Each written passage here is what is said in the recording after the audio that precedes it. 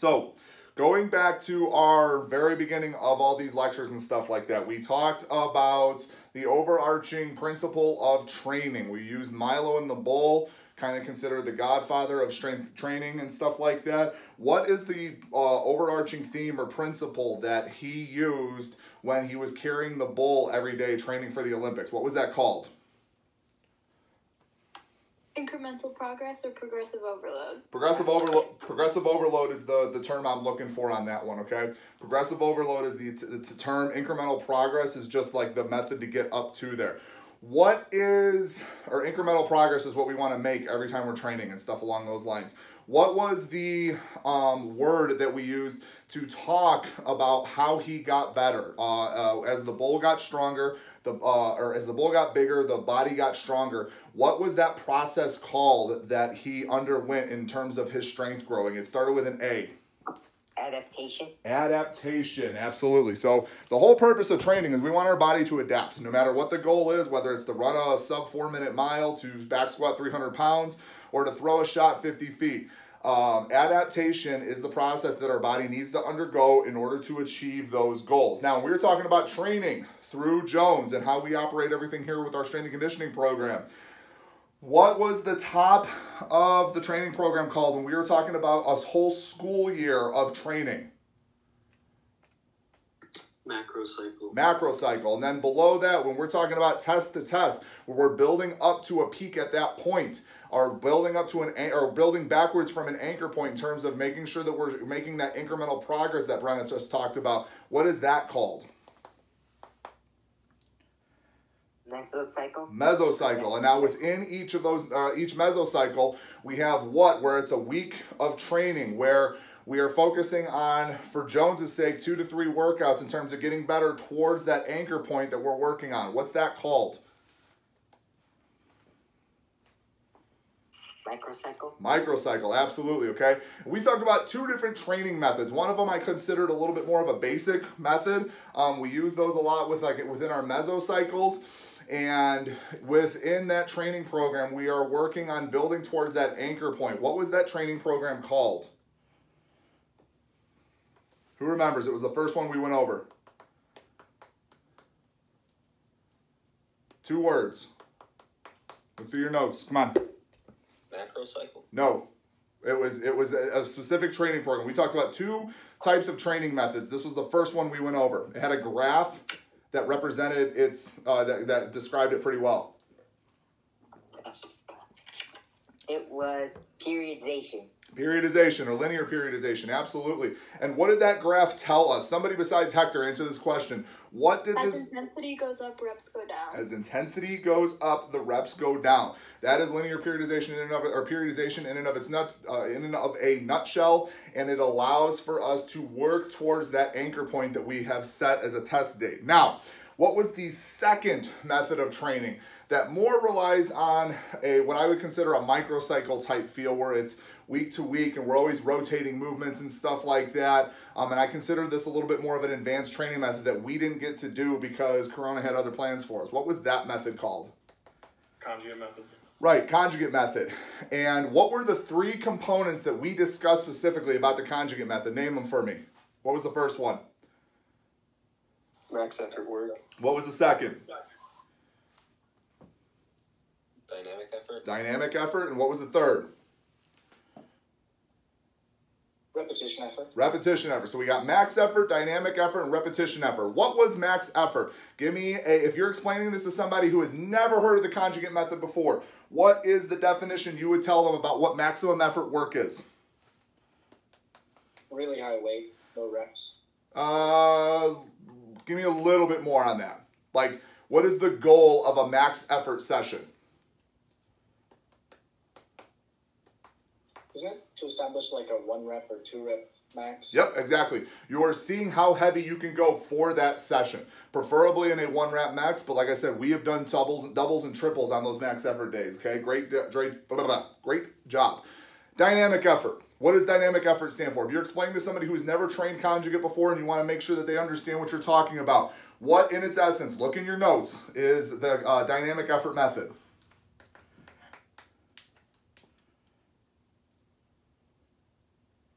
Anybody can answer this one.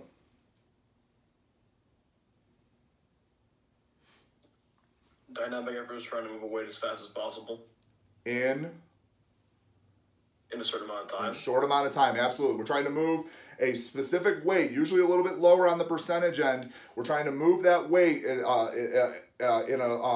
we're trying to move a low amount of weight in a short amount of time as possible. What was another aspect we can attach to dynamic effort? It was a type of method that we incorporate with it that makes that speed work even more beneficial. Does anybody remember what kind of resistance that was called?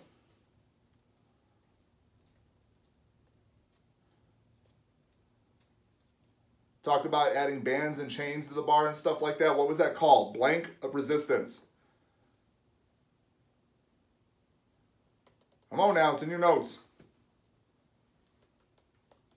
Accommodating. Accommodating resistance, all right? Now, moving on. What is repetition effort work? Somebody explain to me. Give me a definition of repetition effort work.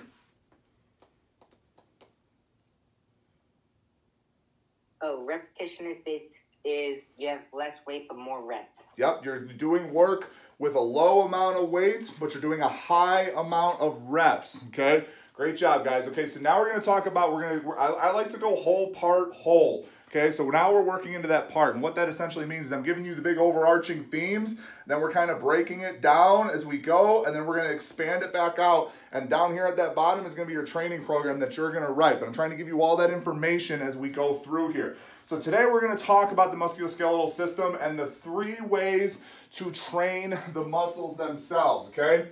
The first one that we're going to talk about, oh, bad marker.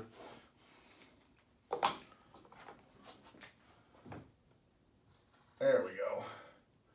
The first one we are going to talk about is muscular endurance. Second one, muscular strength. And then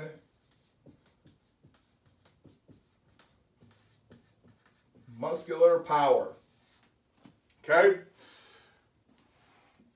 Each one of these needs to answer a question in terms of the muscle and the type of work that they can handle. If we're talking about muscular endurance, what do you think is that question we're trying to answer with muscular endurance? Use context clues, things about what you think, and where do you think muscular endurance operates?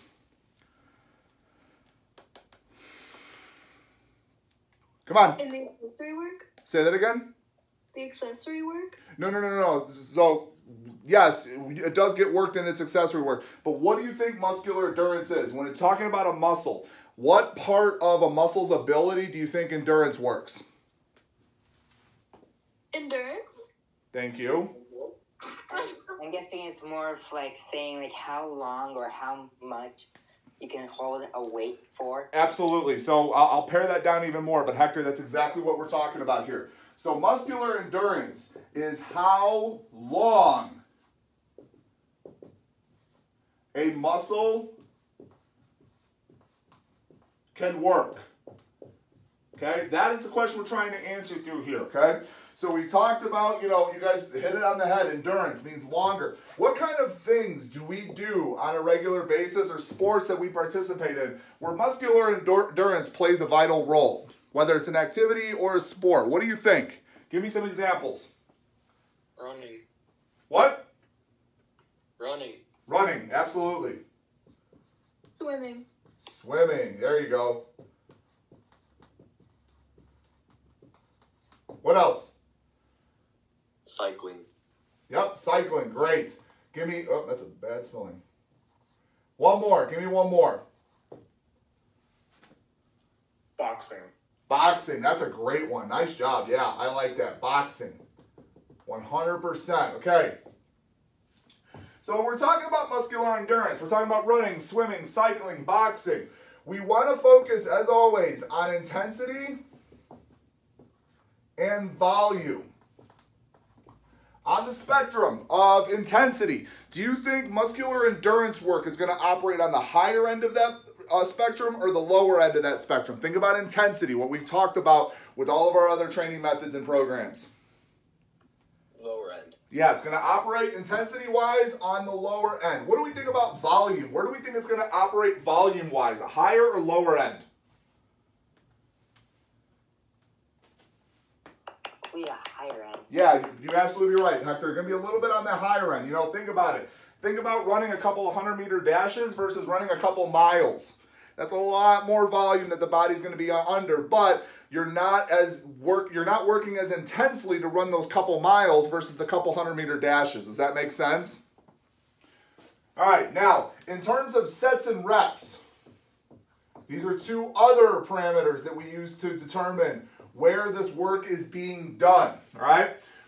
In terms of sets and reps, knowing what we know, give me a range that you think for sets and reps would be good to prescribe for muscular endurance work, keeping in mind that the intensity is low but the volume is high. 10 and up? Bring it down. Bring it down. I think you're thinking of reps. I'm talking about sets. Oh, yeah, I was definitely thinking of reps. That's okay. 5 and up. Say that again. You're thinking 5? And up. Let's go a little bit lower, So for sets, we want to operate in about that 2 to 3 set range. Remember, sets can also mean rounds or how many times we're performing the rep range, okay? Now, moving over to reps. What do we think is a good range here? I'm going to tell you right now, it's higher than what Brenna has just said, or she said 10. It's a little bit, the range is higher than that. So what do we think is the rep range for muscular endurance work?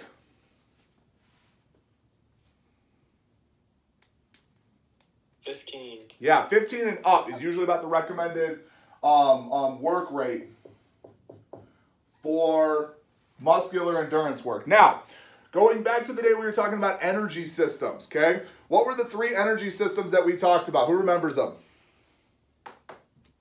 The biggest measuring factor was the time. One of them operated about under 10 seconds, one operated about under a minute and a half, and then the other was operated over 2 minutes. What were those 3 energy systems that we talked about? Give me them.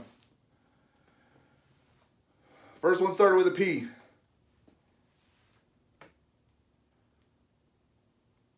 Oh, look at your note.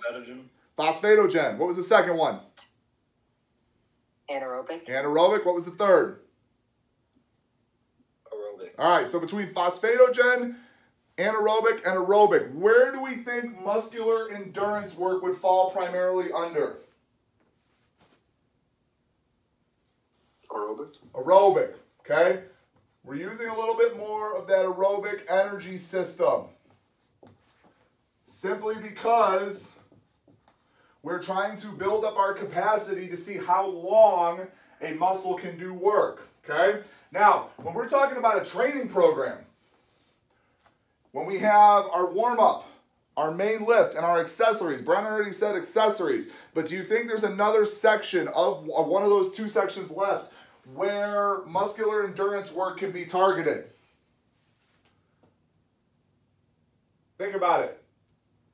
We already got accessories. Do we think there's another area where muscular endurance work can be targeted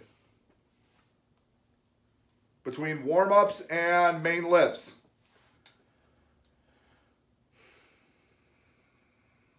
I guess it would be that last little week of where we have like a resting point. Oh, you're talking about deload week. Now you're thinking way too specific, my man. Way too specific. Just thinking of our daily setup. Warm-up, main lift, accessories. Do you think that we can work anything in either the warm-up or the main lifts in terms of muscular endurance work?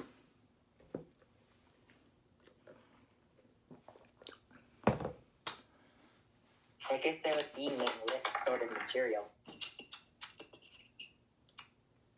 I didn't hear what you said, but we could also get some of our muscular endurance work done in our warm-up. If you're just doing a light row or a light run or something like that, that's all muscular endurance work. It's all part of that GPP that we've talked about, where you're continually building capacity, okay? Muscular strength. If muscular endurance, we're trying to figure out how long a muscle can do work. What question are we trying to answer with muscular strength? What do you think? I'm guessing how much? Absolutely. Thank you, Hector. We're trying to figure out how much work a muscle can do. Now I gotta spread that out a little bit. I'm writing like a knucklehead. All right. What are some activities or sports that you think muscular strength would benefit more? So if we got running, swimming, cycling, and boxing for muscular endurance, what do you think? What do you think would benefit from muscular strength? Powerlifting. Powerlifting. Powerlifting is probably the biggest one in my opinion. What else?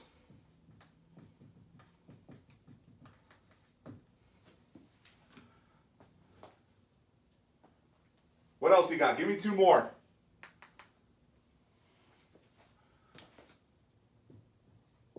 I'm guessing like sumo deadlifts. Yeah, that would fall under powerlifting. Give me more broader terms in terms of like a sport or another activity. So we got powerlifting up there. Any sports that you think muscular strength we would benefit from? If you were like a lineman.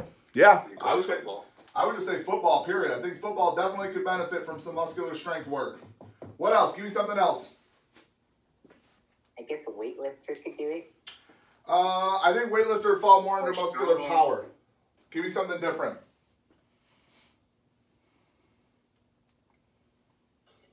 Wrestling. Yeah, I think endurance, strength, yeah. What about strongman? That's what I was saying, strongman. Oh, sorry, I didn't hear you, Hector. My apologies, my man. My apologies. Okay, so now we're talking about muscular strength in regards to our parameters. Intensity and volume. Where do we think the intensity is going to operate on that spectrum in terms of muscular strength? Higher or lower end? High. Yeah, it's going to be a little bit on the higher side because we're operating closer to that 80 to 90% range when we're talking about intensity, and that's high for me personally, and I feel like it is for a lot of people. I'm just going to give you the answer on volume. I'm going to put an equal sign here because volume in terms of muscular strength is going to be kind of middle of the road. Remember our 5x5 and our 6x3 and our 7x2 sets.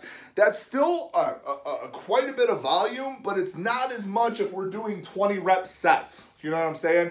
So it's still going to be a little bit on the lower side, but it's not low enough where I would say it's just flat out low on the spectrum. So I'm going to put equal because it's right about in the middle of that volume spectrum, okay? Now, talking about sets and reps. Knowing what we already know between volume, intensity for muscular strength, and then the sets and reps for muscular endurance. Give me a range, or what do you think would be a range for sets and reps for muscular strength? Thinking about what we already know.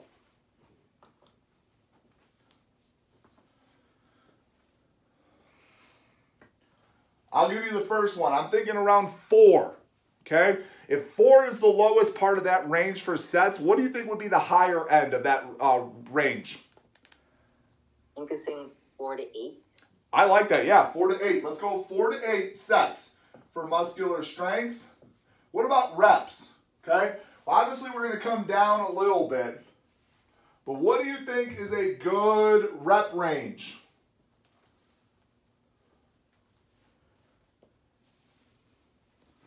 5 to 10. Yeah, I think 5 to 10 is all right. I'm going to cut it down just a little bit. I'm going to go 5 to 8. Just simply because you're trying to move as much weight as possible, and depending on how slow you move, you might start tapping into those other energy systems. Speaking of energy systems, which one of the energy systems that we talked about do you think fits under muscular strength? We've already used we haven't used phosphatogen. We use aerobic, so we have phosphatogen and anaerobic. Which one of these do you think of those two fits more under muscular strength? Knowing what we know from all this information that we've presented. That would be anaerobic because it's higher intensity, but still you have more than phosphatogen. Absolutely. Hector, tell you what, man.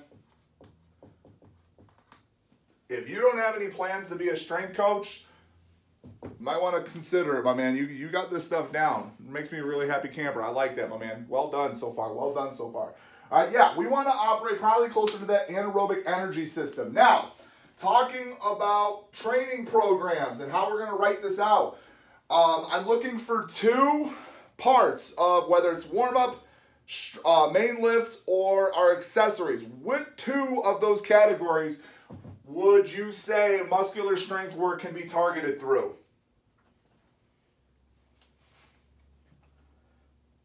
Main lift and accessories. Yeah, main lift and accessories. Absolutely. Absolutely.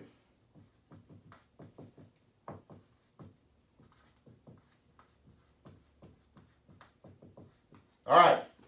Last one. So, last one of this. We have another section to go over. If we're working on how long for endurance, how much for strength, what is the question do you think we're trying to answer with muscular power?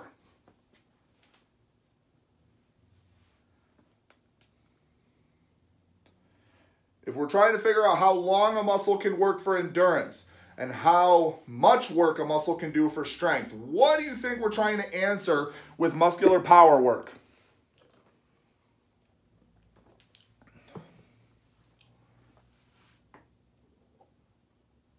Come on now.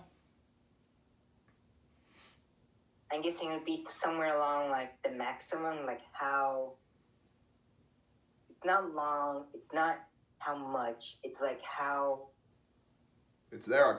I can feel it. Say it, Hector. Whatever's coming to your mind. How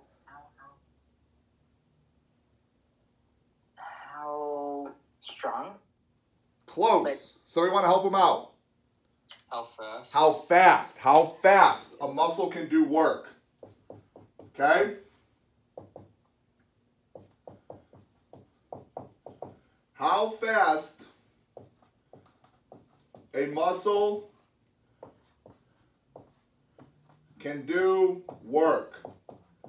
That is what we are trying to accomplish with muscular power, okay? Want to see how fast a muscle can do work, okay? Now, going off of our sports and our events, we had already said that weightlifting was a sport that definitely benefited more from power than anything else. What other sports do you think, or events or things that we can do that you think would benefit from muscular power training? Give me 2 more examples, please.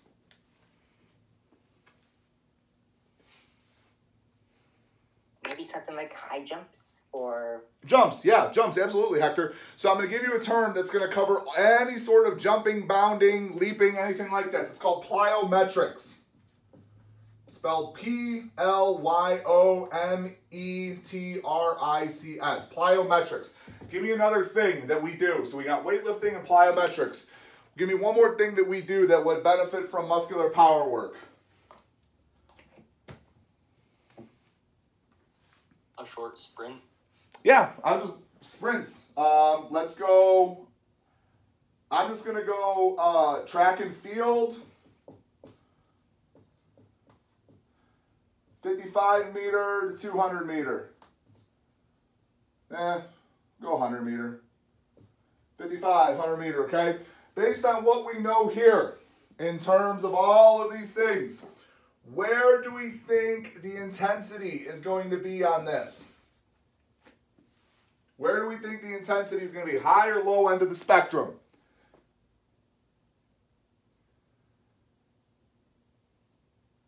That's probably going to be high. Yeah, it's going to be on the higher end. It's going to be on the higher end, okay? Intensity is going to be up. Now, volume. Where do we think that's going to be? A volume is going to be about middle of the road with strength, and it's going to be high for muscular endurance. Where do we think the volume is going to be for muscular power? Low. Low, absolutely. Absolutely. Nicely done, nicely done. Okay, now we're talking about sets and reps. Notice a trend. As we're building up in sets and reps, what do we think is a good range for our sets? If 4 to 8 was good for muscular strength, 2 to 3 was good for muscular endurance. Let's follow that trend. What do we think is a good range for sets for muscular power? 6 to 10. Yeah. So what I'll do, we'll cut that up a little bit more. Hector, how about we go, remember our dynamic effort work. Let's go 8 to 12. Okay? 8 to 12. Just moving that range just a little bit more. But you're right on, Hector. I appreciate it, my man. Reps. If we got 15 plus, 5 to 8, what do we think? Again, think about our dynamic effort work. What was the highest reps that we hit? What was the lowest that we hit? When we were mapping out our dynamic effort work in your notes, if you took those.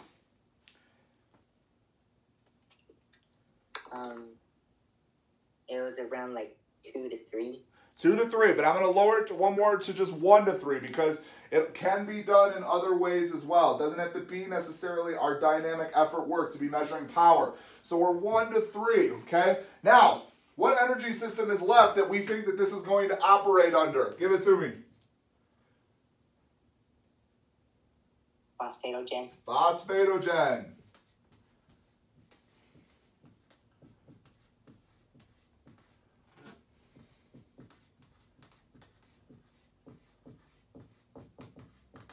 I'm going to tell you what, right now you guys better be thanking your boy here for giving up all the answers and helping you guys out getting through this. But some of you need to step up and answer some more questions. So, we're talking about our parts of a training program. Where do we think muscular power is solely going to be worked? There's only one answer here. Main lift. Main lift. Nailed it. Okay, so these are the 3 different ways that we can train muscles. Endurance, strength, and power. Does anybody have any questions about this before I erase it? We move on to the last section. All right, it's gone.